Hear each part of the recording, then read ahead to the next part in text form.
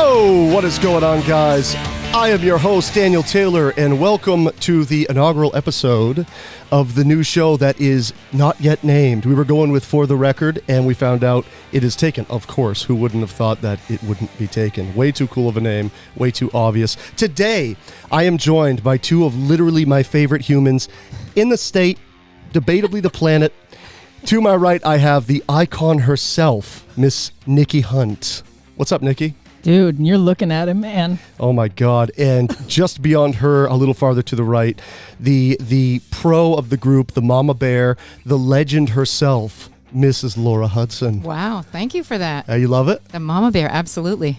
Oh my God. What's up, guys? Are you nervous? No, I'm so excited. I'm nervous. You're nervous? My first podcast. You sound great. Like a virgin. Doesn't this... Oh, here we go. Now we're on Nikki's podcast. Oh, yeah, You're like, man. hey, what are you trying to say, bro? What are you trying to say? I always like to start out, because a lot of my guests are big whiskey nerds too, so I like to start out with what I'm drinking. You guys could say what you're drinking too. I am indulging in a little Legent, the new Japanese Kentucky blend here. Nick, what do you got? I have Kinky. Of course you do. Of course I have Kinky. It's like it's my favorite. They make all kinds of different... Oh my I know God. you love that. DJ Whoa, Swales. I do. I brought that in for you. Thank you. It's like a coconut pineapple something. Oh, wait, I love lime. pina coladas when I love that. It's coconut pineapple lime. It's so good. It's like a liqueur. You just put on ice and voila. How have you and Bill not talked me into trying that yet? What is wrong with us? Well, we've talked to you about it. You I know, just I'm haven't the done it worst. yet. You ever had rum chata? Oh, Ooh, yes. it's so good. Yes, but It's Bill's so actually good. a huge fan. So am I of rum chata. Laura, what are you indulging in? I love that. I love it. I am having a raspberry mule Dude. that I first had at the Quarry Tap Room. And you love them now. That's your Yeah. new go-to. Yeah, did you get it? I just forgot. Next time I have Totally. Laura and Nikki on, or some incarnation of this group, can we pre-record all of my sound bites to be you doing sound effects? Oh, I can You're do like all kinds of things. yeah. Birds and Yeah, horses she's and straight dogs. up like the guy Dogs. from Police Academy, but It is a real. very prettier version. Yes. Guys, I love having you here. First of all, this is amazing. I love that you two are my first solo show episode. I love it. So how weird is it how we kind of connected? It's weird, but it's legit. That's the thing. It's like so for the viewers that don't know, and you guys know, number one, my show and our channel at large is all about being upfront, open, and honest. We're piercing the veil. There's no guy behind the curtain. This is what it is. We're one man gunning this stuff. It's all good, to the point where this show's not even branded yet, and I didn't care. I want you guys on. We'll figure it out. Maybe we'll think of some names. Hey, if you have names, let us know. Maybe we haven't even picked yet. Good idea. But yeah, I think that'd be great. But furthermore, we have kept, so let's give a little back story here. We connected on a event, right? Yes. I guess that's Yes, a yes, good moniker. Called Central Maine Idol. We were the three permanent judges. We would be called maybe the head judges, because there was guests every time. Yes. So I don't know if you call those guests if there's always a fourth. Right. But yeah, and we had never met.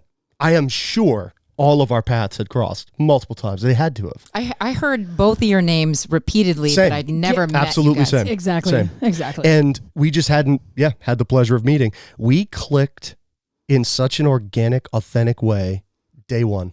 And it was so weird. I remember driving home. I don't know if you guys share this experience. And I was telling Kels, I was like, I fucking love these two. And I'm like, and it's a safe space. Obviously, I'll tell Kelsey, I'm like, they're stuck up bitches, bro. I can't wait for this to be over. Yeah. And she was like, me too. She's like, I didn't get to hang out as long. She knew you from school. Yeah. But she's like, I didn't get to chill with you guys in there. But she's like, I could tell, like, just watching, because Chris and her were watching us on live stream. Yeah. And she's like, it was like you guys were all paid actors and we're not. And by the way, we're not good actors. So if that tells you anything, that's how legit it was. What was your take with the instant camaraderie? Like we had already known each other. Yeah. Like we Weird. had already hung out and done that before. That's what was so interesting to me about it, and kind of like strange. It was just like, I can't tell you how many times I heard your name, Laura. Oh. And then like all the time, because, there's not a ton of female singers in the state of Maine, and it's a No. pretty rare thing. Yeah. Super rare. Yeah, so like a lot of people would approach me in the band, and when I was in the band, and they would be like, "Oh, have you heard Laura Hudson from School Street Band?" But I would hear your name all the time, and you were always doing a lot of big events. And Dan, besides Kelsey, Yeah. I know I heard your name before I met Kels. Yeah. I don't remember where, but I think I just would hear about your solo shows. Yeah. And I would hear that you weren't you were like living somewhere else, like you were like in Nashville, or sure. like people that would come up somehow. My stuff was, I think the thing, Laura is legitimately a bona fide local legend. Laura has sure. literally, if there was a Maine Hall of Fame, and I would Shush. say, I'd say this to you off this, you'd be in it. I mean, period. Yeah. Well, I've been around it just by being around so long. That's right. Everyone knows you. You know everyone. Yes. Mine was like you're saying, it's a lot more fleeting. When I was in the state, I was a road dog too. Yeah. But when I wasn't. I very much wasn't. And I would miss a lot of eras of music, local music. And it now as I get into like I'm not old, but older than 18, I kind of I kind of miss that. I kind of wish that I was around here for more of like, I can't believe we hadn't collabed, being It's similar so ages funny. and stuff. I know. It almost saddens me, Yeah. but fuck it, we'll collab now. Yeah. What are we doing? Well, there's like, it's timing. I feel like everything is timing, and I feel like if COVID hadn't happened, I don't know if this would have happened the same way that it did. I don't know if it would have affected me the same way. Correct. So Just give you a little plug. I was intimidated to meet both of you. No. Yes. Listen to because, her. oh my gosh, I absolutely was. I was really, really nervous about it. And then I just said, fuck it. I'm just going to be myself. And then I was just really silly, which, can get out of hand sometimes. I had a couple animal sound incidents. I love it. I love couple it. F-bombs. We were just nuts. We went nuts. Laura, with you it. can swear, by the way. I'm going to push you into I it. just did. I have a very bad potty mouth. Good, because I am do. such a We all sailor. do it. mouth. It's awesome. Well, that was probably one of the harder things too, right? Was knowing that we were live and not being able to swear. I think you probably had the only F-bomb. I did. We all slipped up though, And right? Chris was like, watch the F-bombs. I'm I sure I've know. said a few things I wish I could take back. God, we're so bad. There we are. We're the worst. But no, I love it. I love that it, again, recap, little rewind. It happened so organically, everything from the inception, that it was like, I actually think I told Chris. Yes. So after the first episode, the week 1, Monday, the first real show, Chris and I went on his boat when I got like littered with brown tail moth and like literally broke out everywhere. You're such a puss. Dude, spots you don't want to break out in. Let me just say that. Ooh. And we talked about it, and I told him, he's like, don't you just, dude, don't you love, you love Chris and Nikki. I'm like, I do, dude. I said, you know what? I think the camaraderie in the crew is gonna blow this show. It's in a good way, blow it up, not blow it in a bad way. And it did. I really feel like it did. And I don't think any of us take personal, like, that was us. Like, I think Chris found the right crew and cast to run the show. I think he did. I think he's really good and see, I was about to say he's good at slipping into those things, but maybe it's more genius than that. I don't know. Do you guys have a take on that? You both know him well.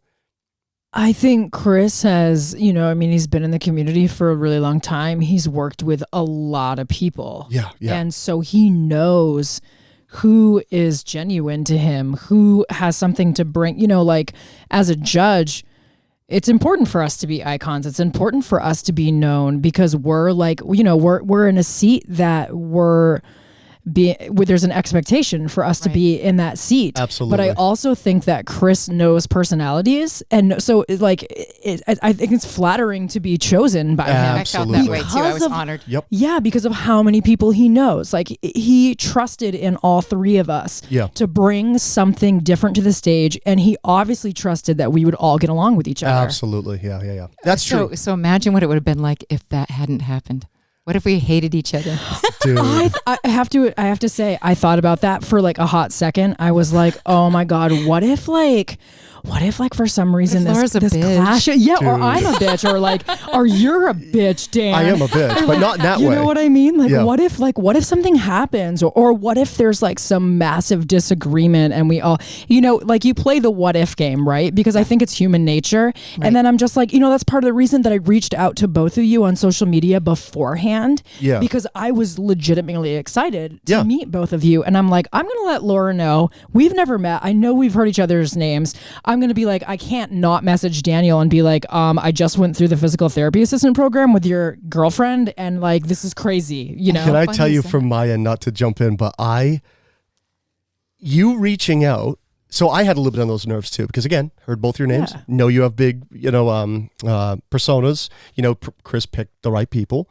And I did some digging and stuff, and I was like, God, I guess I needed to hear these guys more. We needed to run in certain circles and didn't. I'm wondering how these are going to connect, because there's a stage persona, as you guys know, and then there's like who you are. And if you get really lucky and you're really smart, those can homogenize. And I think he found 3 people that have achieved that, really. And not to toot our own horn, but Laura. There it is. Another one. No, so it was really nice when you sent that message. It completely disarmed any of that for me. And I did have that too. I can't, I'd love to sit here on my house like, no, I knew I didn't know. You never know. You never know. I mean, first of all, you're picking people. Our title is judge. Right. I mean, there's an inherent air of, yes, thinking you're special. That's what we're supposed to do in a way. But I think we handled that as delicately as we could. And from what I've seen online, I think it came across. I hope it came across because none of us faked that. I mean, I certainly didn't. I know you guys didn't. You can't fake genuine. I'm sorry. Yeah, that's right. Like that's when you're right. faking something, people know. Yeah. And the other thing too is we've all like been that orgasm. Yeah. And that's never worked on me. Yeah. Laura. Okay, we get it. Laura, Stop. you weren't supposed to tell anyone. Oh, bad. I'm gonna get you a "I fake it" sticker for your car. Please. Fake queen. Till I make it. But Oh I my think God. the other thing I just want to say real quick was we've all been in the music scene and some of us have had experiences on out of state experiences where you're working with bigger names or you're opening for someone and it can be in Maine. It doesn't have to be out of Maine. It doesn't matter. Where Yeah. you have negative experiences and you're dealing with some pretty serious egos. Yeah. So that's always I think that's really what it is. I don't think it's necessarily just human nature. It's just there's always that oh my God, is this person gonna have to be the center of attention kind of a thing. It's just it's just there's a little bit of that goes on. You know? Right. I have to. Well said. Very well said. And I want to jump in and get you guys' take on this. Because again, we will touch on Central Maine Idol a bit more because I'd love people to hear our thoughts on it. But I want you guys' opinion as performers and artists yourself, right? I was going to make at some point some kind of 10 pro tips for independent music, right? Things that you should know that I wish I did 10 years ago. That will, if you listen and they fit, will accelerate you and you don't have to make the same mistake, right? Now, of course, there's the element of you can't gain the wisdom over that knowledge. I heard things when I was young that I knew were true, but because they weren't my experience, I disregarded them wholesale. That's always going to happen. One of my big things is this. If I had $1 for every time someone's like, Dan, we haven't talked in a while, moving to Nashville, and my heart sank, I would be a millionaire. Yeah. Because listen, that whole argument about it doesn't matter where you are, we had talked about this just before we started rolling. It doesn't. Especially today, it certainly doesn't. There are benefits for it, right? My argument is always moving to Nashville to say you're in Nashville is a terrible idea. Right. Yeah. If moving to Nashville does fit your, schematic of success, then absolutely go, but don't just go. And I have that same sentiment on LA, Miami, wherever, Austin. And I just wanted to know you guys' take. Have you ever personally seen people make a plunge like that just because they were at a loss for what to do? So making an extreme move like that was what they did. Or have you seen that work? I can't even speak to that. I've not had that happen. Laura, pull that mic up to you. I don't want it to cut you off. There you go. You haven't seen that? No, yeah. No. But I probably tend to be a little more sheltered. Yeah, you're right. I've had opportunities. I remember, being at gigs and there were people in the audience that could help you go somewhere. And, sure. Yeah. And you're scared to death. Oh yeah.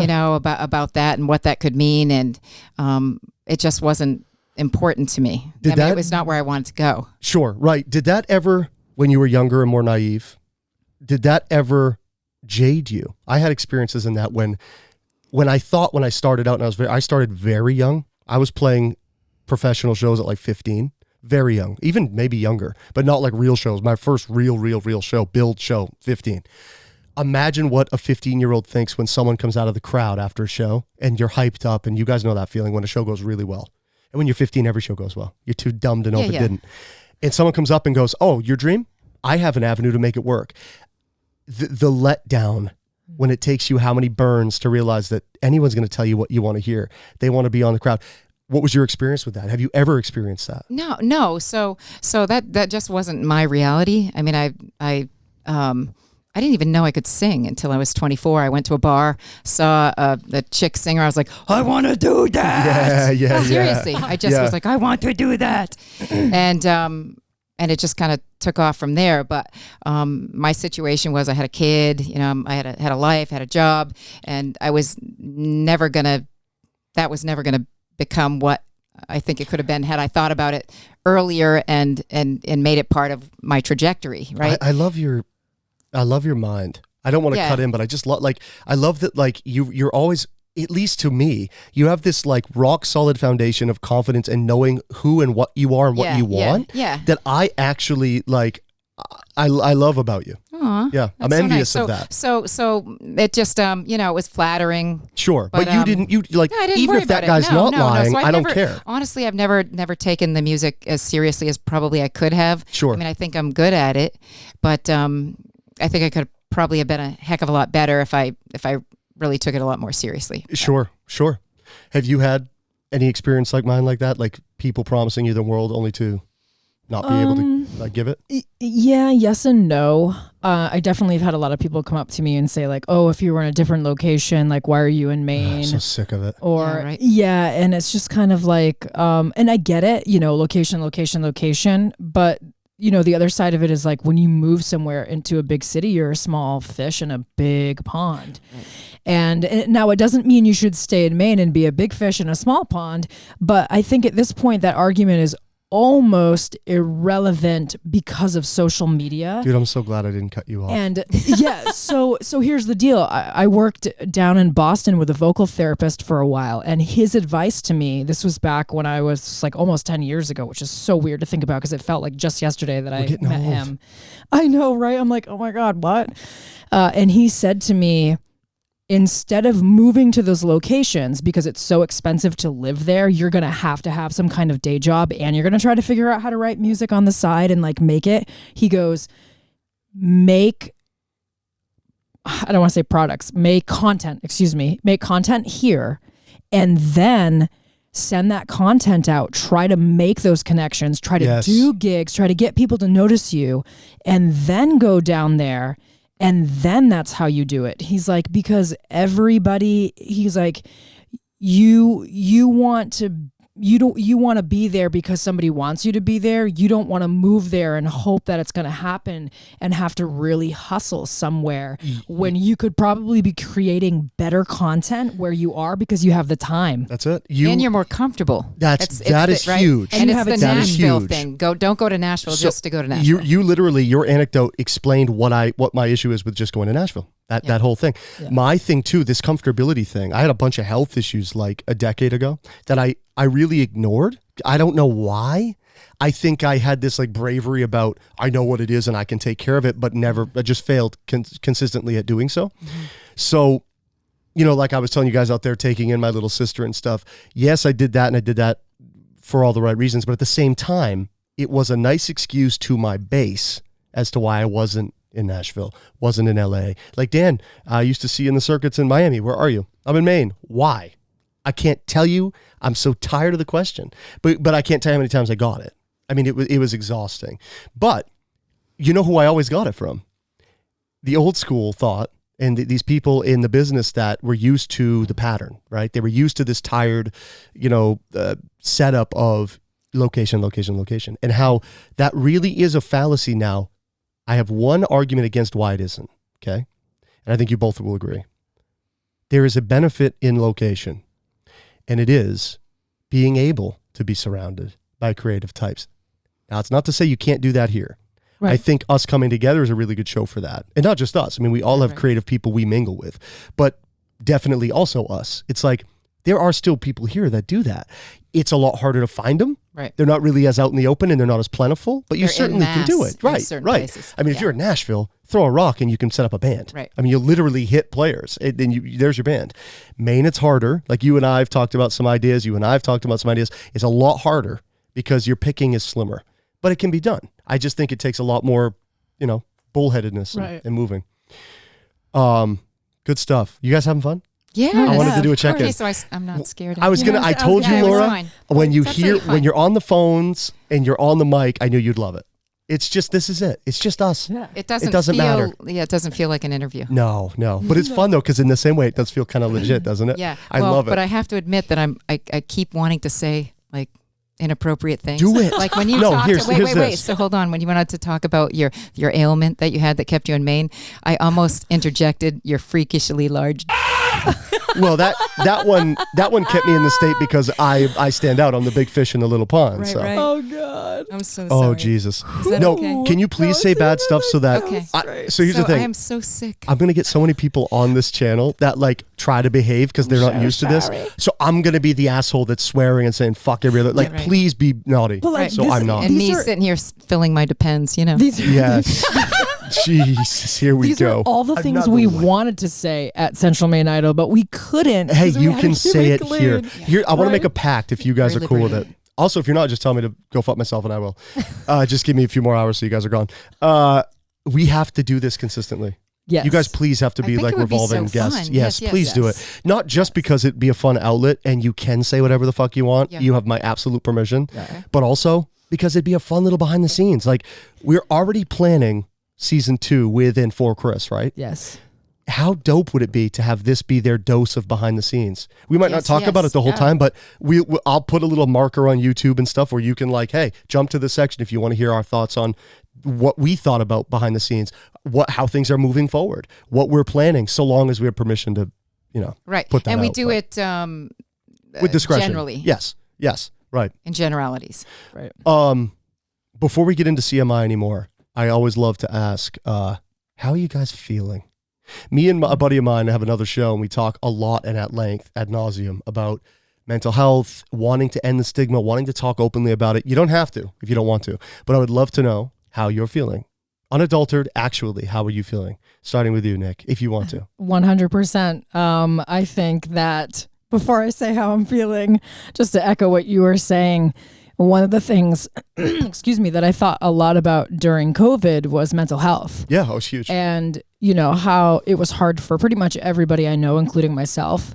And then I thought about people who have like serious addictions or people who have a mental health condition that is maybe not controllable where they are in their life, sure. And how did COVID affect them? And I'm like, trying not to feel sorry for myself and trying to think like, oh, it could be worse. But I was thinking a lot about like how on a day-to-day basis, I didn't feel right. Sure. And I'm not dealing with those things. So what must it be like for someone who is? And and just how hard it was to be disconnected, especially as as like we're all creatives here, so like it's so hard when you don't have people to have these conversations. Well, you thrive with a tribe. Probably. Totally, 100%. Like I get my energy off of other people. I'm not an introvert. I'm an extrovert. Sure. Like it's crazy. But how am I feeling right now? I don't know if I've ever felt so hopeful in my life before. I love that even if I and we aren't a reason, we're just a part of it. I don't need the ego boost of like, I might be a factor in why you're hopeful. I love that I'm surrounded by anyone that genuinely feels hopeful. You know how rare that is these days? Exactly. Yeah. And that's what I thought about during COVID. Yeah. And I thought to myself, I thought a lot about, I'm a really big fan of Hayley Williams of Paramore. Yeah. Oh yeah. She's fantastic. Who released a solo album called Petals for Armor, which, during COVID?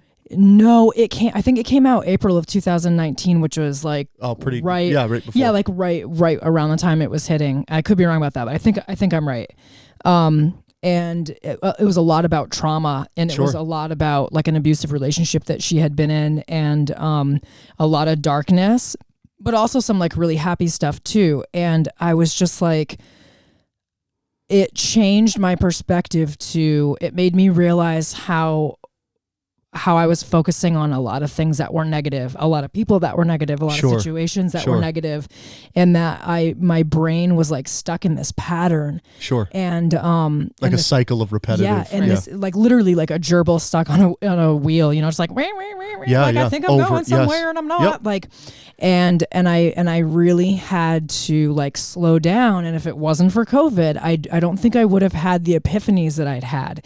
And so I say hopeful because I was like, I need to weed I need to weed this out as soon as possible and surround myself with people who are like magnificent and have intention. Even if it doesn't directly, show up in your life in that way, just be by them. Like I need to be responsible to change that about myself and to change that. And if something negative happens, to try to understand it to the best of my ability, but to try to avoid that happening. Yes. Whether it's a situation or a person. And I know we're not perfect. Things are going to happen, but I don't have to hang out with this person if they don't make me feel good. And I should hang out with this person if they do make me feel good. And it's really that simple. You are your 5 closest friends, and people do not think of that enough. And it's dangerous or it's great. I'm a huge fan of Leonardo da Vinci. One of his 7 spiritual principles was fully entertaining and acknowledging your dark side.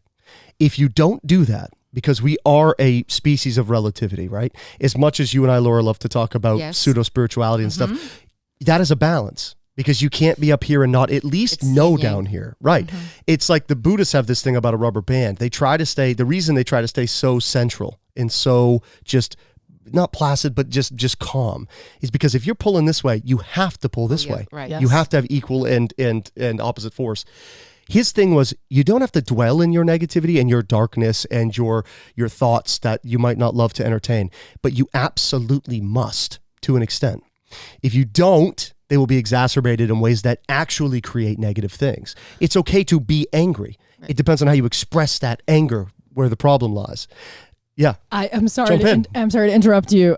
The thing, I think I said this to you because you and I had a brief conversation about trauma. It was super brief. Real quick, just before we started rolling, not tonight, at a show, Nikki and I had like this soul-dipping conversation about trauma, and he goes, "Okay, welcome to Central Maine Idol," and we just like looked away, and we're like, better know how to perform. Here's our test. Oh, no. Laura, it was deep in the mud. Yes. We literally were like, we should have a podcast about trauma because it's so like, because I was telling him about this show that Oprah has on Apple TV, and it's called The Me You Don't See. I love that name. And she interviews, I believe it's Prince Harry, who's this sounds so awful, but who's the redhead? I don't know. There's William and Harry. I think William's a redhead, right? Is William the redhead? William with Meghan Markle? Yes, it's William. So it's not Henry, it's William. By the way, she was super wrong. Track of you could check in the USA. That's so awful that I don't know. Same. So she interviews William, and William said, trauma that isn't, something that's not, if it isn't, trauma that isn't transformed is transferred. Absolutely. Yes. And I was Laura like, can talk about this at length. I was like, oh my God. I was like, deep. How, and I thought, I was like, that it is so deep. That's so intelligent. And then the other thing I thought to myself was, and I almost feel like somebody else dropped this idea. Wait, let me guess. You probably thought, how much trauma have I transferred? Well, yes, I did think that. But actually what came to my brain first was, how lucky am I as a creative person to have several outlets to transform my trauma as a singer. And I was just like, and I was like, thank you, sweet baby Jesus. I got you. Yeah. I do want Laura's take on that, because I feel like you have a good insight. But real quick, I just wanted to say too that COVID was tough for a lot of us too. I had other recent traumas in COVID. It was terrible. And I think in some ways I was at my worst, and in other ways I was at my best. I think being a hermit in nature, I tend to close in, even though I am a person, obviously. I'm a people person. I love people. I am such an empath, to the point at my own detriment. We talk about this a lot, you and I. Literally at my own detriment, I'm so empathetic, but I'm genuine about it. That I kind of rearranged. I did what you did.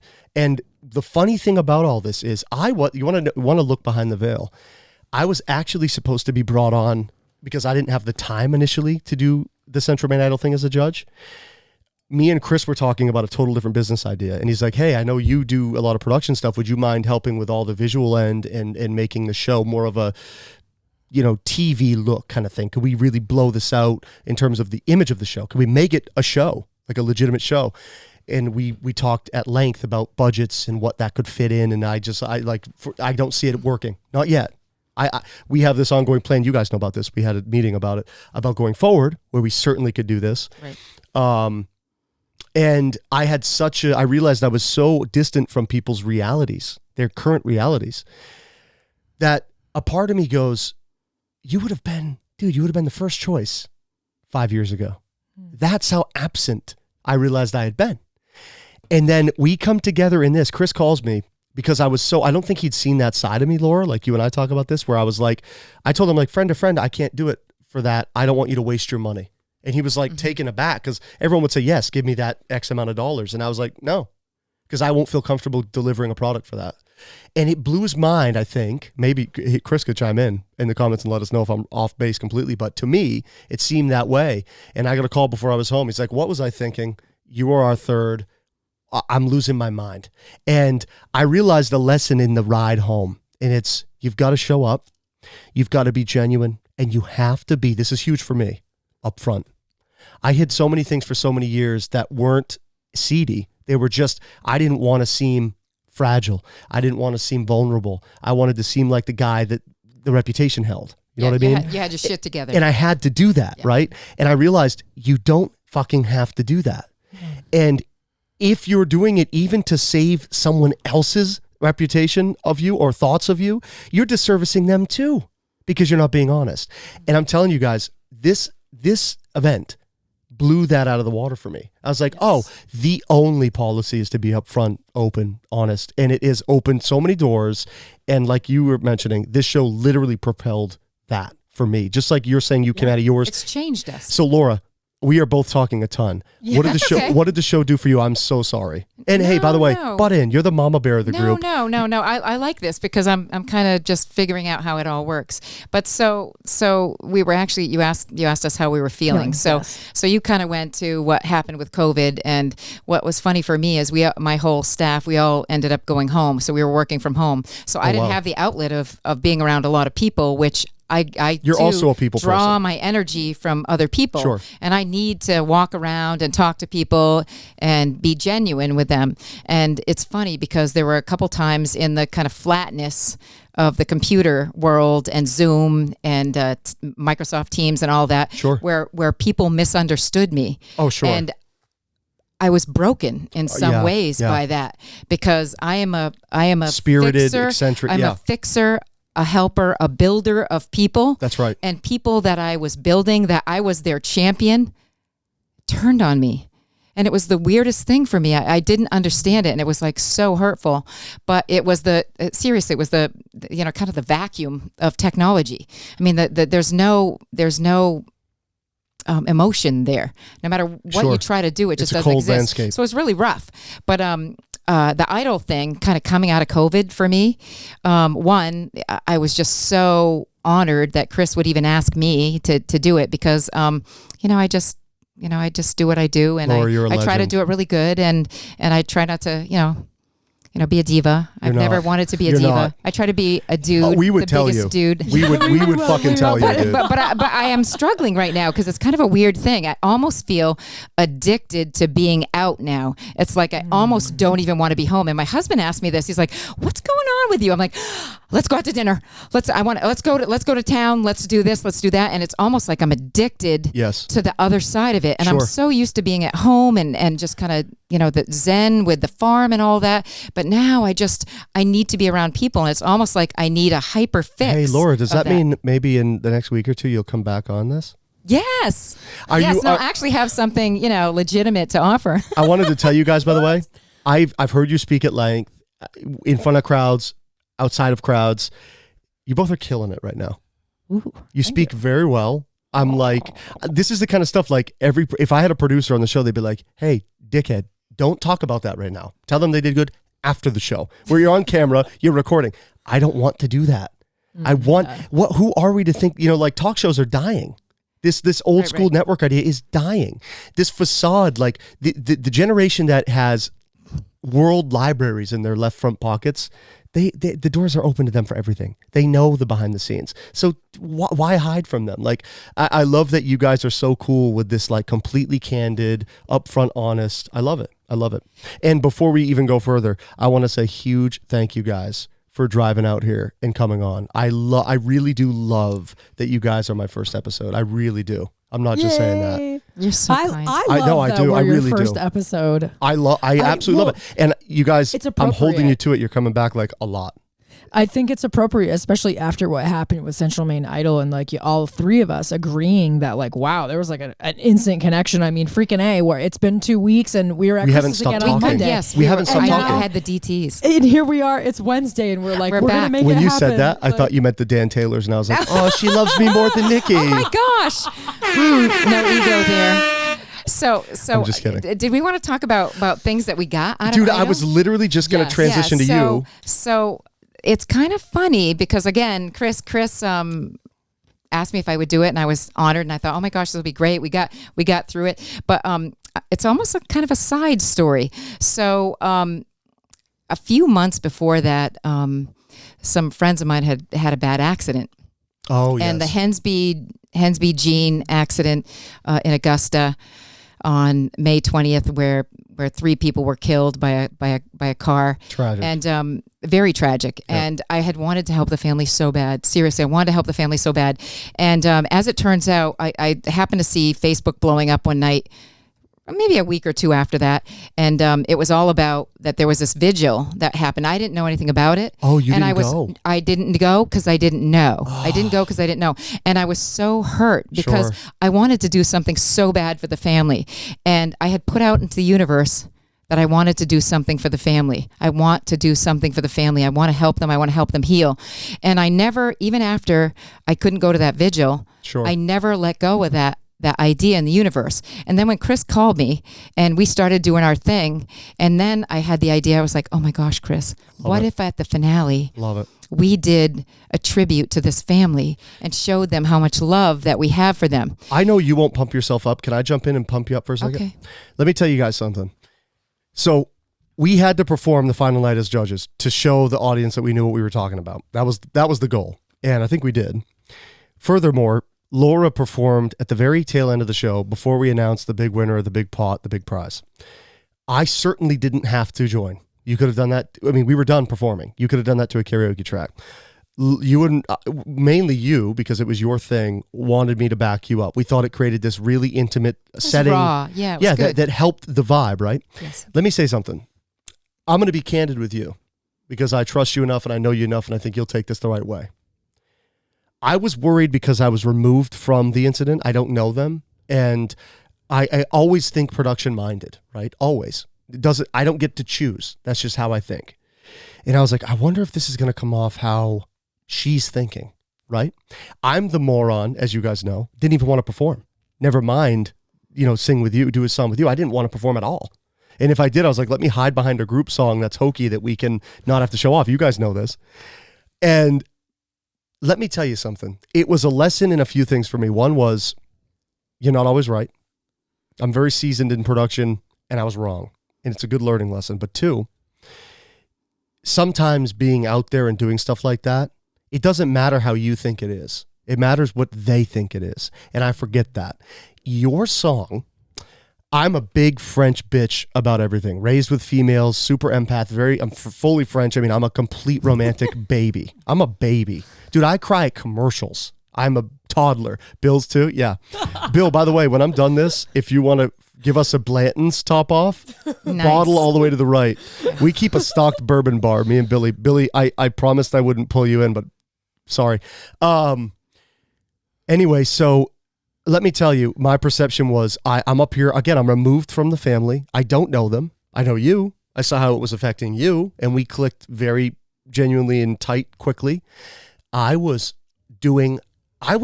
reciting poems like a psycho about to take a lie detector test trying to pass it. I'm like counting. I'm doing everything I can to pull it together. There's a picture of me. I'm like, because I'm trying to like not lose my shit. Every active cell phone in the crowd had their lights on. You moved the crowd in such a real, tangible way that it wasn't just a lesson in empathy for me. It was a lesson in you're wrong sometimes. I was like, oh, this whole idea of this is not going to pull off like they're thinking was wildly incorrect. And this idea of, how will this come off was completely wrong. it was completely genuine. It was from the heart, and those things can be weighed. And it was a lesson for me in that. And thank you. Oh, thank you. Seriously. It was magical. It Absolutely. It really was. Wasn't that like a crazy Those things can't moment? be faked and they can't be bought. It is so rare. And it's just, The energy was indescribable. It really was. I agree with that. It really was. And it brought, on top of an event where the energy was already like, you could feel the anticipation before we started Absolutely. the show, right? So Yeah. the energy was already like up here. And then ending with that was like, there could not have been a better note to end on. Absolutely. I couldn't agree more. I am so sorry if I talked so long you forgot where you were going with that. No. But continue. No, I just wanted to tell you that. That was all I wanted to say about it. The experience itself was wonderful. The whole thing was wonderful. But the big gift to me, the fact that it gave you that outlet was that the universe didn't forget that was something that I put out there that I needed to do. Absolutely, I needed to do that. Yeah, and Central Maine Idol gave me the platform. Yeah, and it was the perfect platform. And what I love about you, Laura, is like you literally gained nothing from that and gave everything. And that's what you take away from this show. Yes. It's not the inherent marketing value. No. It's not being seen by new crowds and being able to relish in a little bit of the time you've served. I mean, we have all cut our teeth and paid our dues. Yes. I mean, to be able to sit up there, it is a privilege, but it's also something you must earn. I mean, you have to earn that. Yeah. You cannot just be pulled in as a pretty face and a good talker, period. No one's going to take what you have to say with any grain of any, weight. So the fact that the thing you take away, I love this about you. The thing you take away is what you gave to others. Yeah. Laura, I'm telling you. Aww. I talked to one of my other producers. I need a program an awe button. If you guys have ideas for sound bites, something like that. No, let's record it. Yeah. We'll record a my bunch of God. sounds. Wait, everyone quiet. Everyone be super quiet. On my finger count of 3, let's do an awe as a group, and then I'll use that. Ready? Aww. Yes, I love you guys. Okay, let's move on. Bill, would you mind topping us off? Anything on the bar you want? I need a little bit of something. Are you guys good, or do you want to top off? I feel perfect. For sure. A Hold on, top-off Billy. wouldn't Or be bad Billy, for you me. can just get us both new cups right in that thing. Any one you want, let me know. Bill's the best. So there were times when I felt inadequate. Let's dive in a second. I have 2 things I want you guys' opinions on, and I'll shut the fuck up while you say them. Daniel loves to talk. We all know this. The first, and this was a big one for me, and I know you guys too because you're very vulnerable and you have the same kind of like second guess that I do. You're artists. You're true artists. Imposter syndrome. I felt it in fleeting moments the entire time. 100%. I want to know you guys' take on how you dealt with that, if you experienced it, how you got through that. Laura, start with you because me and Nikki are talking at length. No, I've talked a lot. I think I've done a good job talking. Yeah, in the last 5 minutes. There were times where, I just felt incredibly inadequate in giving feedback. I mean, some of these people at times were so incredibly excellent that I had nothing to offer. So good that it took you by surprise. You didn't have anything prepared. There were a couple times where I literally didn't have anything that I could get out to say to them because it was so good, and I didn't. There was no value. There were no places where I could add value to the conversation. Sure. I mean, they just nailed it. Yeah. Yep. Did you feel that? I did feel imposter syndrome when the contestants would slay a song that they did. Yep.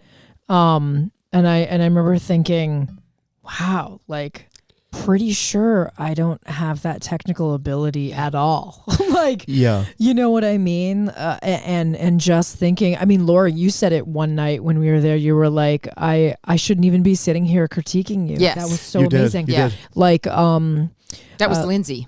yeah, or Lydia's performance of "Over the Rainbow," and I said to her, I said that was by far the best version of "Somewhere Over the Rainbow" I've ever heard, and I meant every word that I said. It was absolutely flawless. Did you guys take a road of? And I think we talked about this a little bit behind the scenes. We would, for the viewers, we would occasionally do a post-production show, or post-production meet after shows, which was disguised as let's all just celebrate and have some cocktails. But of course, we all have a lot of like personal accountability. So that turned into us oh, let's talk about what we could have done better, what we thought about, what we thought about. And then we all debriefed. That's right. That's right. So we had talked at length. Billy, wave to the camera. Thanks for grabbing drinks for everybody. I appreciate that, my man. Oh, is this Blanton's? You tell him what it is. Don't ask. Huh? You tell me. Yeah. Okay, hold on. Let's put that palate to work. It's not. It's too spirit forward. It's I've got 2. It's a little caramelly on the end. I'm gonna guess 2. It's either Elijah Craig Barrel Proof. Oh, I'm gonna be a complete moron if I don't get, like, how many people could blind guess a whiskey, or it's not Basil Hayden's. It's not smooth enough. It's not Weller. It's not smooth enough. It's not Eagle Rare. It's not smooth enough. It tastes young, so it must be. Is it Willet? What is it? This is Green Weller. You didn't cleanse your palate, so it's very hard. Here's the problem. Let me tell you something real quick. Quick segue. Weller, the whiskey nerds have blown Weller up to the point where you can't buy it. It is Pappy Jr. Legent is easily attainable. Well, it's now becoming pretty scarce. It is so smooth that Weller tastes a little bit ethanol forward. That's insane, dude. Have you had Weller? No, but I can tell the difference. Oh, but do you like it? Oh, yeah. Very sweet, vanilla, caramelly kind of, and it's great. All right, sorry, guys. So the thing I was going to say about that was, I don't know how much I said this to them, but I know that at a point, at least once, I did. It's like that whole adage of if you judge the intelligence of a goldfish by its ability to climb a tree, it's a moron, right? We said that to them, and I hope we made that known. And if we didn't, I hope some of them are watching this. They were all killers, bona fide killers. Everyone. But I want you guys to know this too. I did deep dives on both of you. You guys have a prowess, right? You have an individuality, and you have strengths in those things that they don't touch. Okay? You must know that. Okay, wait, hold on a second. I am very flattered, and I would like you to go into detail about what you mean you're like, for both you're of like, us. please go at length Daniel, about what we're good about. Please tell me your perspective, because Laura can hang with a group of men and make them look like children. Not just in spirit, but in talent. This girl can wrangle a full band as a female frontman, which, by the way, is not just rare, but a good female frontman. Yeah. Incredibly rare. And do it with an air of like confidence and ease that blows my mind. Okay? Blows my mind. And your level of confidence actually is continuing to teach me, honestly, to be more confident in my skill set. You have this seasoned air of you that's like, I don't need to tread lightly. You don't do it in an egotistical way, but you are confident in your skill set, in what you do and what you do well. I need to do more of that. Nikki, your performance, your confidence in your stage presence, in the things that you know well, the off actors that are individual to you, your image, your presence, the way that you flaunt those in a real way are fantastic. Like, I'm taking notes from that where I'm like, I also have some level of that, nowhere near you, but some level that sets me apart from the general crowd that I need to capitalize on like you do. You're a fantastic singer as well, but that part of you is huge. It's unbelievable. I knew that just on quick deep dives before we even met. Then knowing you guys, playing with you guys, singing with you guys, your musical acumen is fantastic. I mean, you guys really know what you're talking about. I also say, you don't have to sing like Ariana Grande to know if she's on or off. You absolutely do not have to. You don't have to be a technical beast like a Tori Kelly or a Whitney Houston to know if they're on or off. So the fact of, like, you know, if I'd imagine some of the people training the astronauts haven't been to space. Right. You don't have to be able to do what they can do to know if they're right or wrong. And I think that's a big thing from us. We have to know that the things that we do well enough that we are able to be up on that podium telling these people our thoughts and judging them accordingly. Now we get to talk about you. Oh, Jesus. We get to talk about All right, we're going to go to commercial break, and we will see you guys on the next episode. Okay. No, like, so it's funny that you said you did deep dives or whatever, right? So I did a dive on you. Oh, Jesus. Because I was like... Did you find those pictures from Cancun? No, I didn't. Okay. Do you want to share? She didn't dive deep enough. I did. So, and I checked it. So I was looking at some pictures and then I listened to some of your original music and I was like, holy shit, can he sing? I was like, oh my God. And I hope you didn't get that impression from the originals. And yes, I did. Really? Yeah. And so, then, okay, continue, and then I saw the originals and then I looked at covers. Oh. Because this is what I do. If I see somebody, I do one or the other for whatever I find first. I'm like, I want to see original and then I want to see covers because most people I know do one of the two better than the other. Oh. Right? That's generally what I come across. And I do covers better than originals. I agree. Yeah. But you still do originals. They're amazing. And then I found covers and I was like, I remember thinking again, holy shit, this guy can really sing. Like there is some serious, like I've heard enough singers to feel like instantly, like the first note that comes out of somebody's mouth, you're like, you just know that they're like engaged in it. And I'm just like, oh my God. Here, of course, I'm thinking to myself, he's in Maine. Yes. I'm like, he's in Maine. Which is funny because, hold on, most people would take that as like a compliment. And here we are saying like, I don't, when that comes across, I'm like, I'm in Maine. And I think We're I so watched. lucky. I know. We are. We are really lucky. We are. I saw you did a Taylor Swift cover and it's like there's more than one of you in the video and I'm like, okay, he's like up in his game on the editing skills and videos. And I just remember thinking like this guy totally, and not that I was like looking at you to see if you could do the job or not to be a judge, but I'm like, this guy more than deserves to sit in this seat. I appreciate that. Right. You just want we just wanted to know what we were dealing with. I appreciate that. I do. And it's so funny because like you made some comments when we first started this podcast and can I hide in the back in a group song?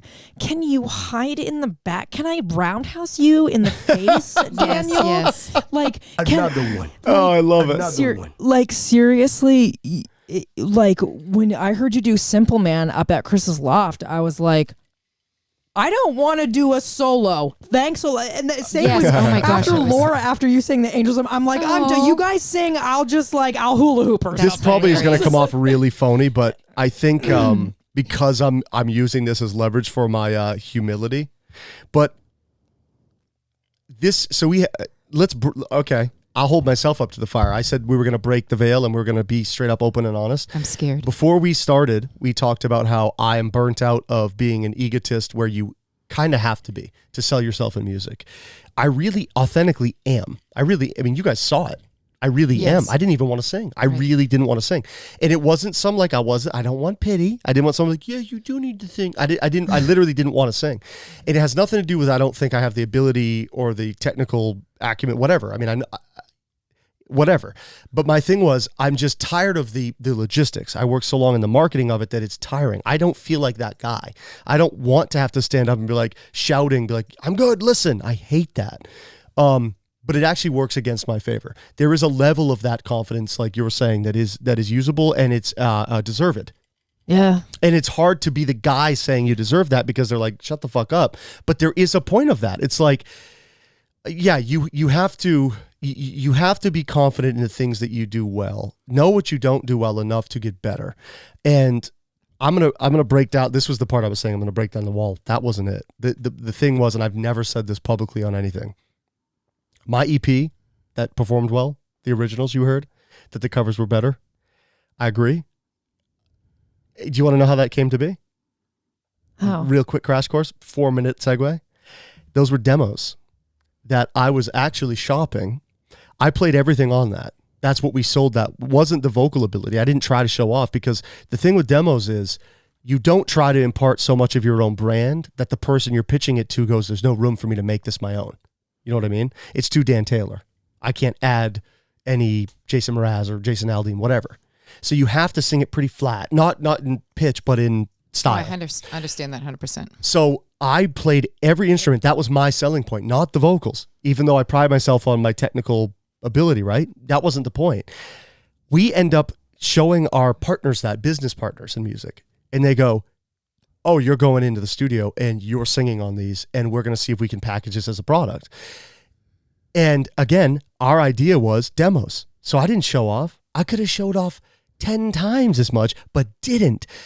Do you know how much it broke my heart to go on promotional routes and not be able to say that?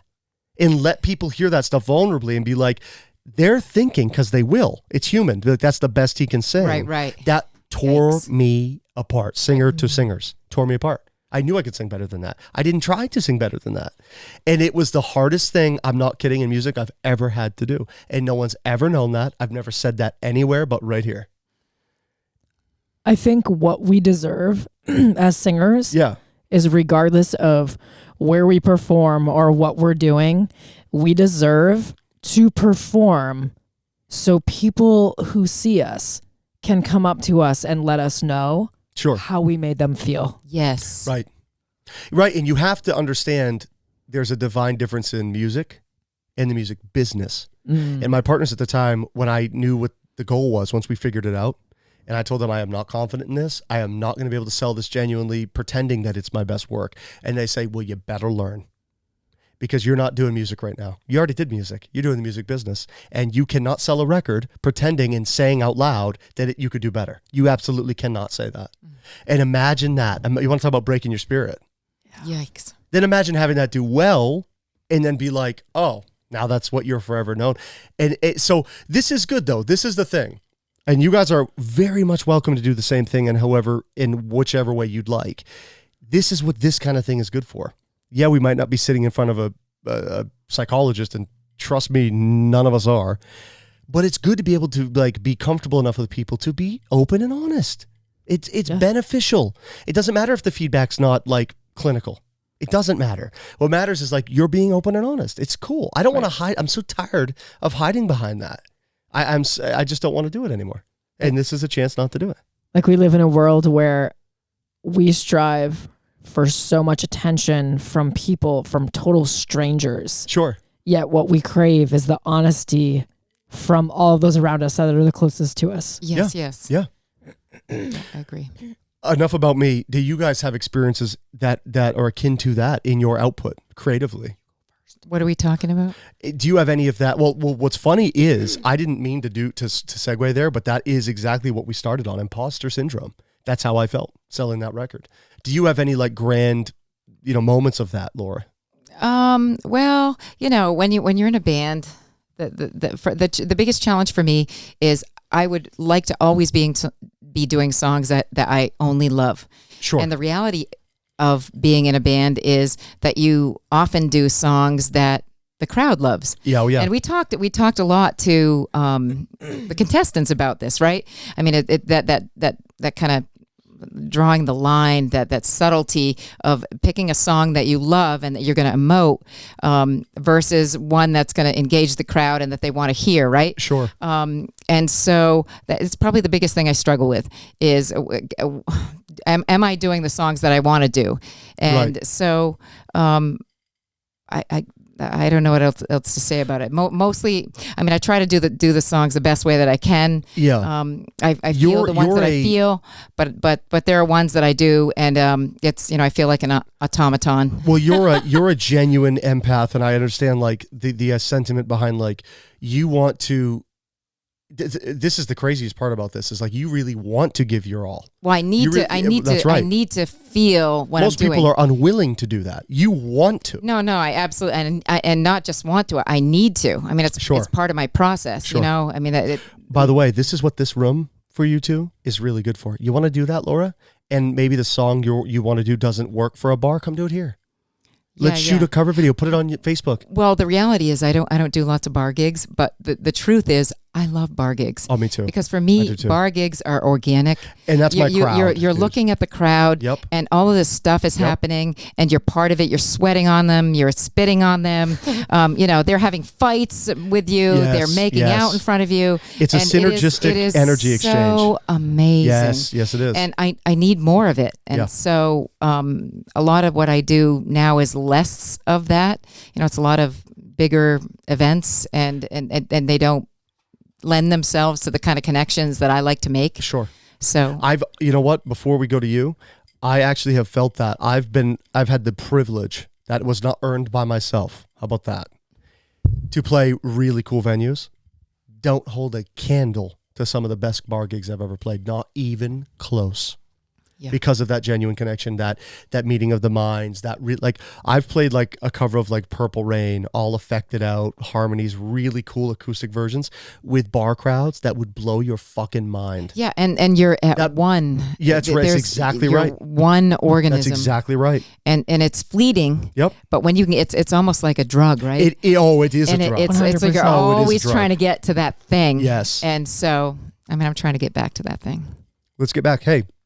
Again, before we go to Nikki, do we want to hold a candle to Daniel's ass about putting this out before our show so we can pitch our show?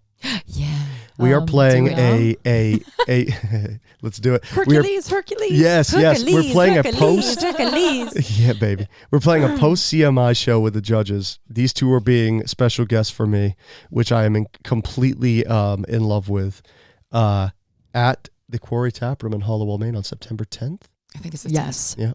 And it is going to be so much fun. If you liked our quick pre-show performances, it's going to be that all night. We're doing like the Nashville Writers Round setup, except we're singing for you for a few hours. It's going to be a lot of fun. I am privileged to share a stage with you two, and I really mean that. I'm stoked. I'm very excited. I am. September 10th can't come fast I enough, can't right? wait. So there we go. I have to have this out before then, and now it's in stone.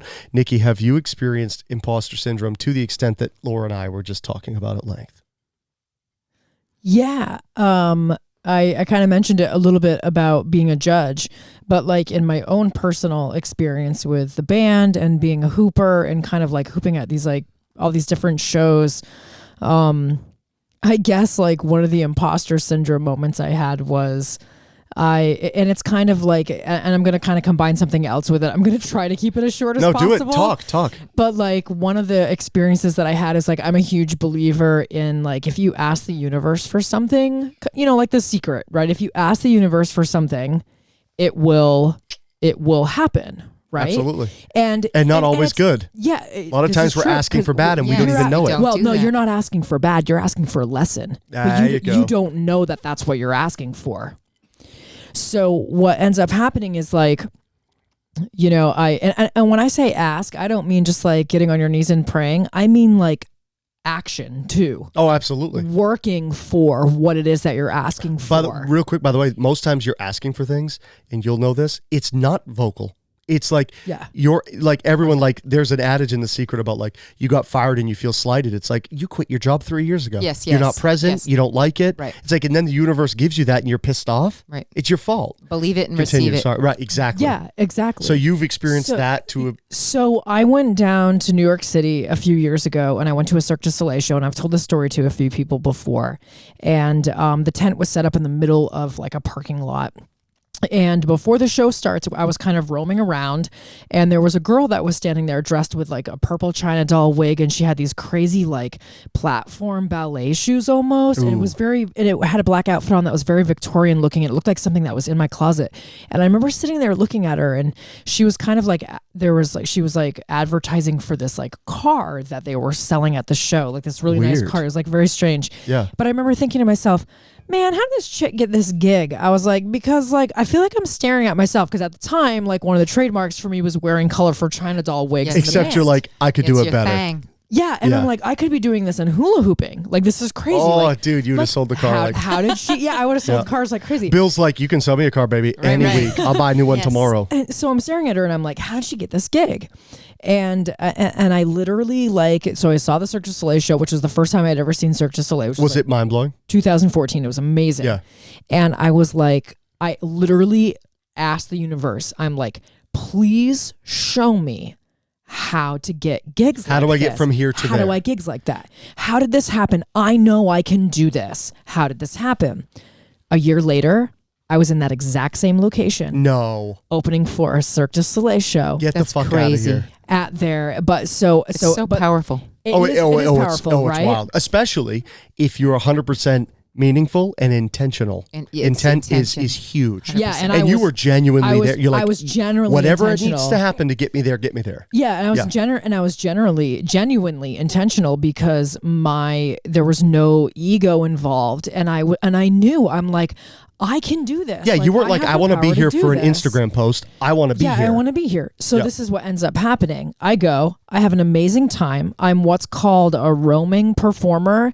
So when Cirque du Soleil opens a new show, they have a gala. So cool. And it happens on like a Thursday night, and they hire a bunch of performers that kind of hang out, not on stage, but in the tent, and you entertain the guests before they go into the show. That's super And then cool. you entertain them again on intermission, and then you entertain them again at the end of the night. So you're not actually on the stage. Okay. So I'm on Facebook, and I'm, of course, because that's how I advertise all my shows, is on social media. And I have people bombarding me about how I'm on stage with Cirque du Soleil.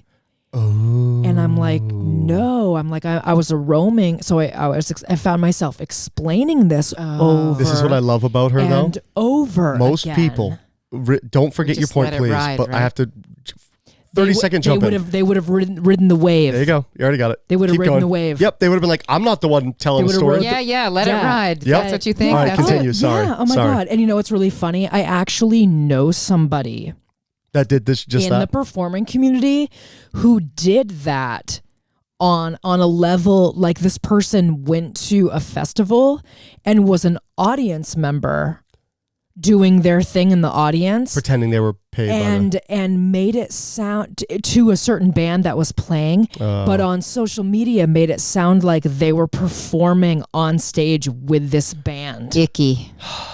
Also, and so- before you continue, in case because we all know this, but I don't know if they know this. You are like a world-class super? Must be. I wouldn't say world class. But you can keep up I consider with- myself God, you're amazing. I consider myself like intermediate, like leaning on advanced. I don't consider. Which knowing Nikki means she's advanced leaning on seasoned yes. pro. Well, Yes, if you saw someone like Lisa Lottie, she makes. I feel like I even know that name. She's Australian, and she's a bona fide trained that's circus like- hooper. But that's like saying I used to manage a kid that was like trying to be a pro skater. I grew up skateboarding. That's like saying if he was a pro skateboarder, like paid by companies to skate, that if you held him up against Tony Hawk, he wouldn't measure. He's still a pro. Yeah. Okay. I mean, like like if you think of professional in the sense that like I'm paid to do events, Right. and Right. absolutely, And you're like way good enough to do that. Like obviously I don't suck. Like Right, right. right, I obviously right. don't suck. But I mean, I just wanted to give the audience context yeah. of this opinion because you definitely get That's to have imposter. an opinion. And here's imposter syndrome. That's what I'm doing. Here's imposter I'm syndrome. negating your imposter. So my Cirque du Soleil show, which the company that I worked for is called Lucent Dossier, which is a California-based company that gets hired through Cirque du Soleil to do shows. Oh, so they kind of subcontract the performers. Yes, Yep. and I have a connection in California with a friend named Madison Orange who started her own performance troupe called Go-Go Hoop Dance Stars. Okay. And I'm kind of like one of the East Coast girls. So Lucent Dossier was coming to the East Coast to work for Cirque du Soleil, and she gave them my name, and that's how this happened. Okay. But the imposter syndrome aspect of it is everybody coming up to me and saying, oh my God, I cannot believe you did that. And to their defense, that's true. How many hoopers can say, I got hired by a California-based company that's extremely well known, that's just as talented as the Cirque du Soleil performers, to perform at a Cirque du Soleil show. Who cares what I was doing? I was at a Cirque du Soleil show. Well, This is the fact that here's the thing, the this is fact that you're amazing. good enough that you were their pick. And a year ago, you probably wouldn't have thought, you wouldn't have even, not just wouldn't have thought, you couldn't have even connected the dots to putting you in that position. Yeah, like Right. Is telling of right. But this whole imposter syndrome, getting back to that theme is like, the whole I didn't deserve that not hold on, I'm going to experience. go a step further, and Laura would back me up. Not just that you thought you didn't, but the fact that you don't think you had a hand in that is ridiculous because you did. You've Right. got to give yourself that credit. Yeah. I do this all the time. In the fact, it isn't just that you need to bask in it and be a head case, lose all your humility. It's the fact that you have to be able to place that correctly in your experience so that you feel like you deserve that position. Yeah, You so, put yourself there. right. So the way that I've dealt with that, because we can sit here and talk about imposter syndrome, right? At length. Okay. Well, for at length, we could be here till 2 a.m. talking easy. about imposter syndrome. The next step is, what do you do about imposter syndrome? That's right. Because you can't just let imposter syndrome Win. hover around and win. right. I let it win all the time. So I really do. my whole thing is, at the end of the day, not, very few things that I've done as a performer, especially from Maine, because there's that whole stigma. Oh, why are you in Maine? Well, and there's that glass ceiling of what can you do here? How much can you do? Yeah. That's right. Yeah, like how much can you do? Like that happened to me, and it happened to me for a reason. And I will continuously share that happened to me. That will be in my bios, and I deliberately put it in my bio for Central Maine Idol because it's like what did you put? I didn't know we had bios. In my bio for like they posted them on for Central Maine Idol. For Central Maine Idol, they posted them on Instagram. There were Did I have a bio? I didn't know about a bio. I wrote a tiny bio, but yours was amazeballs. Yeah, Chris. I didn't even know we had one. So I don't know who wrote mine. Yours was amazing. I was like, shit, I should have done a better job. Dude, I didn't. That's the first I've ever heard about it. I think I stole mine from Gig Salad and I tweeted amazing. it. It was like, I'm like, you know what, man? I'm freaking judged. What was your bio? My bio was something, along the lines of like singing in a cover band for over a decade, that we opened for Red Jumpsuit Apparatus. We opened for Chris Allen, who was an American Idol winner. My hooping has taken me like, I work for you Fools. Mentioned Cirque du Soleil. Yes. The Fools, which not a lot of people in Maine know who they are, but some of them do. They were extremely popular. Hold on, where were these bios? I literally have never seen them. He did them before Central Maine Idol actually happened. So So as we were coming up to it, yours was first, hers was second, and then mine was. And I was like, oh my gosh. Yes, and that was also intimidating to me. I was like, holy, I've done nothing. What was mine? I don't know. It was amazing. What were you've they? been to Nashville, blah, blah, blah. You've opened up for Jackson Brown, blah, blah, blah, or whoever the heck it was. Who wrote these? He probably pulled it from your own rap sheet. I don't know. What the fuck, Christopher? I did write my own, but it was, it was too late. I wish I had seen yours first. Right. I just, But I'm not a good marketer. To just touch one more thing on imposter syndrome is like, earlier, but I think before we were on air, we were talking about, making this look like this. There's like I feel like the devil's in the details. Oh, for sure. There's the aspect of it where like you feel like you're lying about something to make it seem better, but really you're actually not. Because I was down in New York City. And I did perform at a Cirque du Soleil show, and I was hired by Lucent Dossier, and I did, and I remember like I didn't post a video of it for years because the video is just kind of like, we're just like hanging out in the crowd, like walking around. Well, because the video won't show the scope of the impressing moment. Yeah. But the people in the audience that were in the tent hanging out, they thought we were Cirque du Soleil because we were.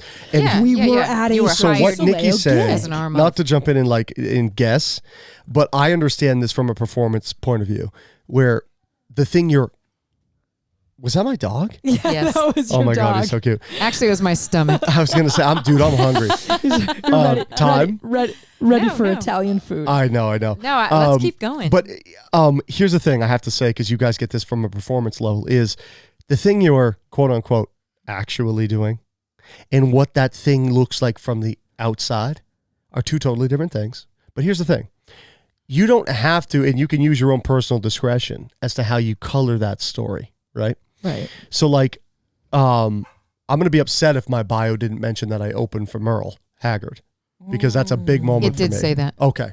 Because Merle that's like, what's funny is I've opened for people that would probably be more known than that, but that's my personal big moment, because Merle is, for everybody that I've ever rubbed shoulders with that deserves being said, Merle would sit in this group better than any of them. Can I just interject one thing? Yeah. I have a dog named Merle Waggard. Oh, you told me this, and I totally love that. do. But let me tell you, Merle, Laura, if you were single and so was he, you would have married him.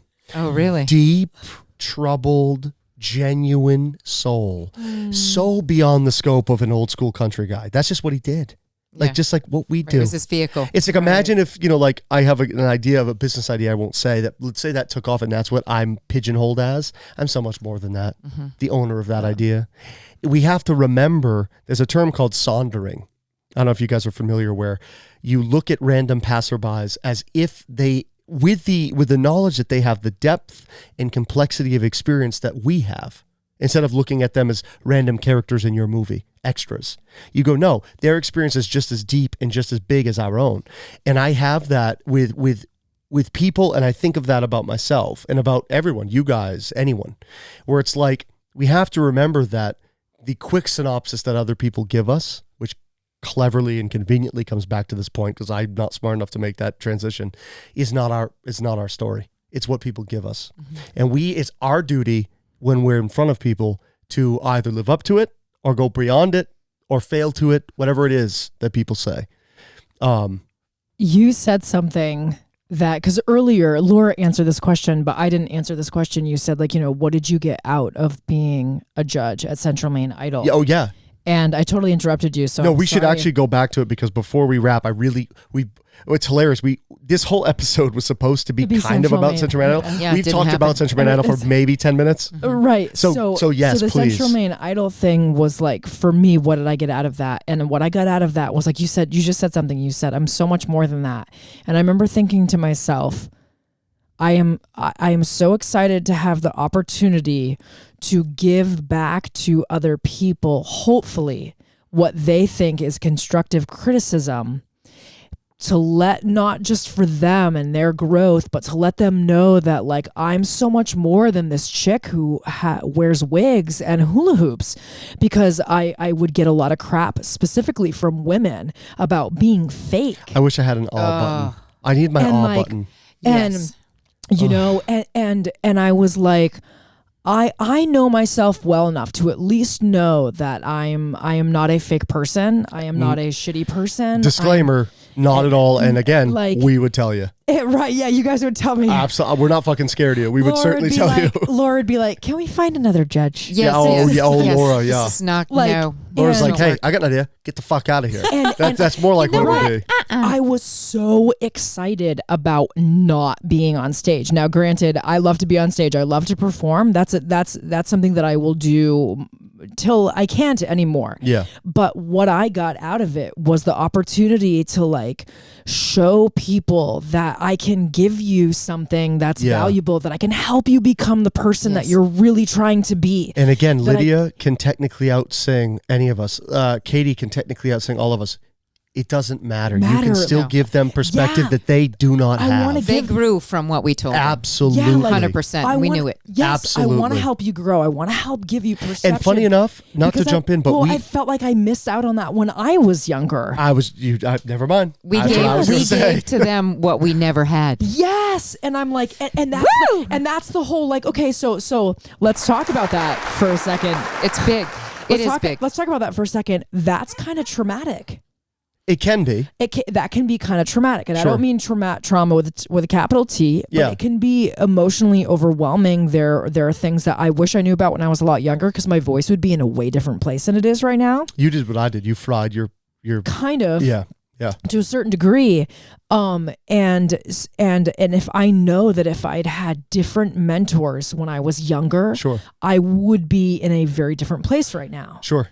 I'm also the person that believes, though, that things happen for a reason. So whatever. Absolutely. And that sometimes I think something that I felt throughout the show was I felt better being a mentor than I did being a performer. Wow. For one quick second, can I jump in about this thing because it's jaded me? The thing happened for a reason thing. That's objectively true in a lot of cases, but I take it a step further. For me, I've had to, where even if it's not, make it true. Yeah. Because the flip side of that is devastating. If it doesn't happen for a reason and you ruined some aspect of your voice, that's terrible. You can make it happen for a reason.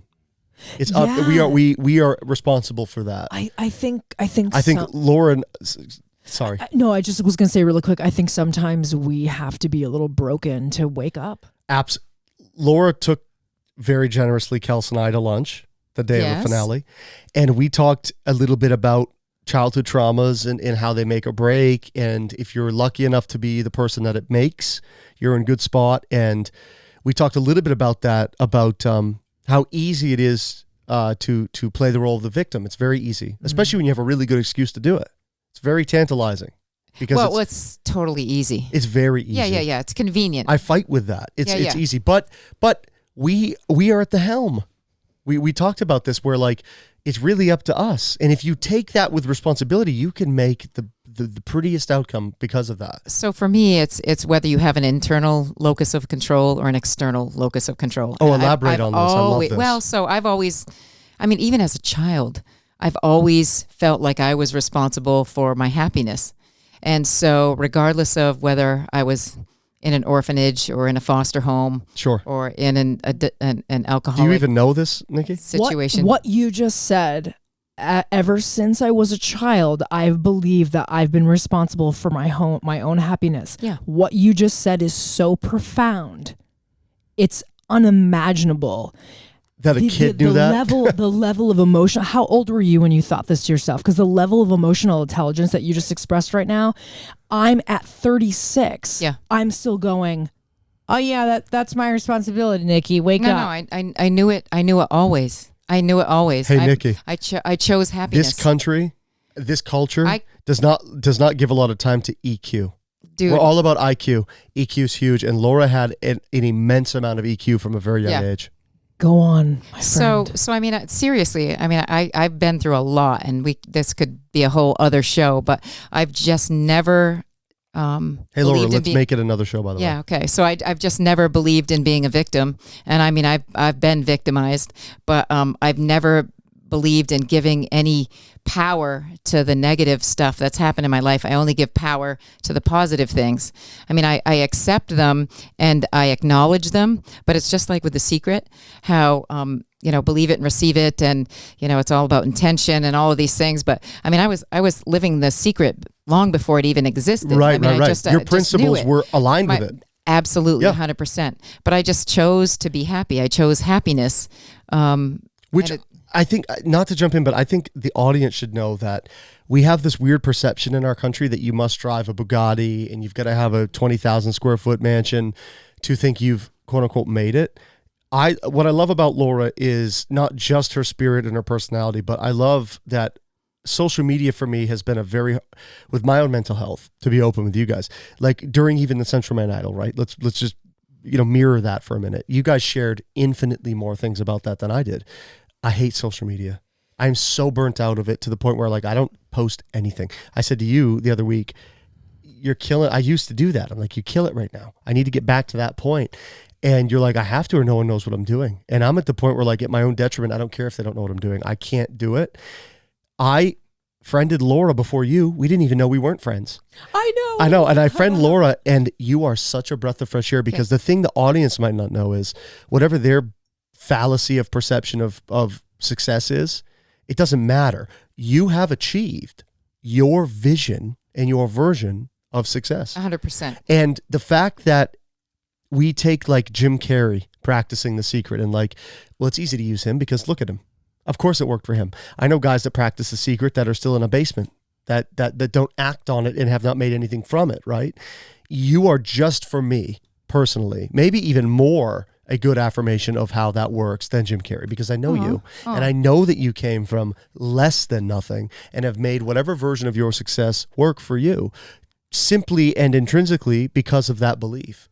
That is a very huge, I want you to know, affirmation for guys like me, because we're still younger than you.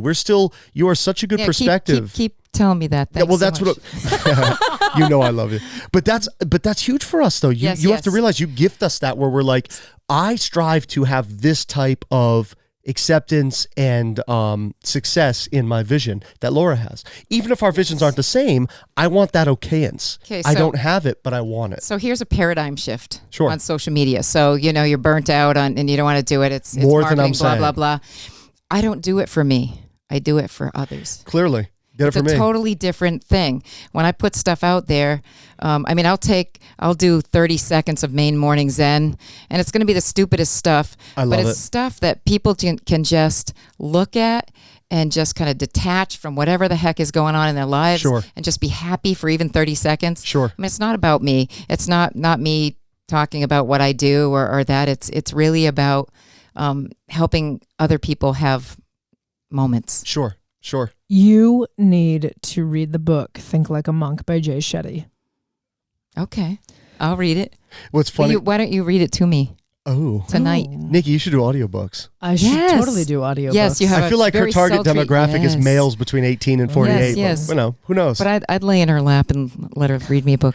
I want to ask you guys something real quick, not to get off topic, but for editing's sake, I try to keep these around an hour and a half. We did an inaugural episode of our another show we do that was 2 hours and 40 minutes.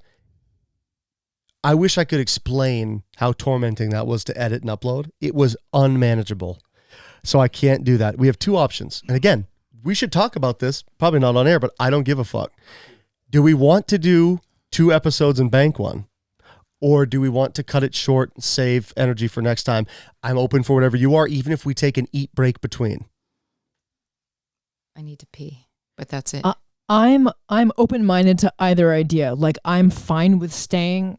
We could even do a shorter, like 40-minute second episode and bank it. And if you're not, Laura, you've got it's I don't care. We have later nights than you. Yeah. Well, maybe what does not. that mean? Well, Daniel goes to bed at like 3 a.m. So I'm the worst. Are you insinuating I go to bed at like 8 o'clock at night, you little fucker? It's true. What am I talking about? You respond to half my no Facebook idea. messages at 10. Yeah, do you want to do I don't care. pee eat break and do one more quick episode? I'm fine with that. Okay, then in that note, I want to end this quickly with some open, vulnerable stuff like I've been talking about. Like a question round? Yes. God, is she is she a God? She's done that. She's Been here, done this. Huh? Yes. I wanted to ask. Yeah, that's right. I wanted to ask a quick question, dialed into like a minute long. Okay. From each of you, what is the biggest, quickest thing you took away at large from the entire scheme of us meeting, the show, and what's happened after, and at small, the show? But it could be either. What's the biggest thing you've taken away in 60 seconds or less?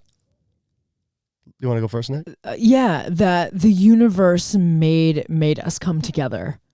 That there's power in numbers. Sure. And that whatever we create from here on out, whether it's more podcasts and music, that it's already opened doors, and there are doors right now that are opened that we haven't even walked through yet. I love it. That's amazing. What do you think? I feel like we changed people's lives. I mean, I know it's funny, but some of the good things, the positive things that we said to people that had never sung before or had just done karaoke, and we took them to the next level. We gave them what they needed at that moment, and it just makes me feel amazing. And to agree with Laura, that's not an opinion. We've had many affirmations to the fact that really happened. My thing was, it was a lesson in opening at a time when I felt very closed. Being out there, being amongst people, and seeing what could happen with that, even if it wasn't about me.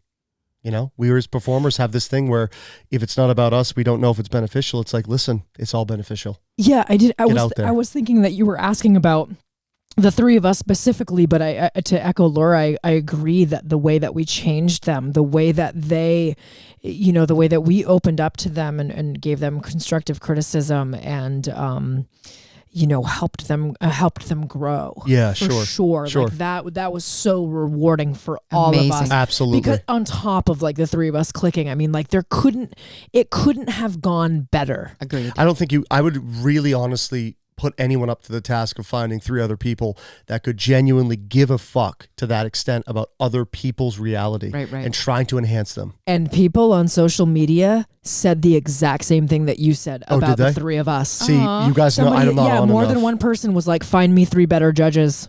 Oh my gosh. So I get nervous about that. I mean, I wondered what people thought, so I never looked. I didn't either. I'm so on. I totally did. I love it. I totally did. I didn't want it to jade me. I'm at the point now where I'm like, if somebody has something, and maybe we should start the next episode with this. If somebody has something negative, Nikki's playing producer. I love it. If somebody has something negative to say, they're showing you who they are. Not who you are. Not who you are. Absolutely. Let me say something real quick because I don't want to lose the magic for the next episode.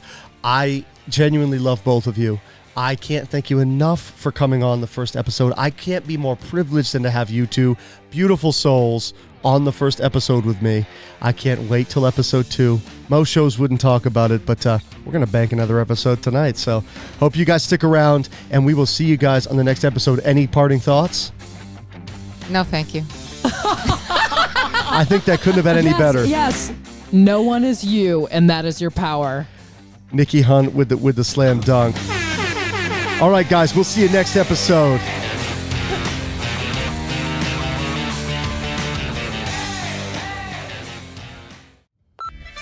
No, that is another show. Jesus.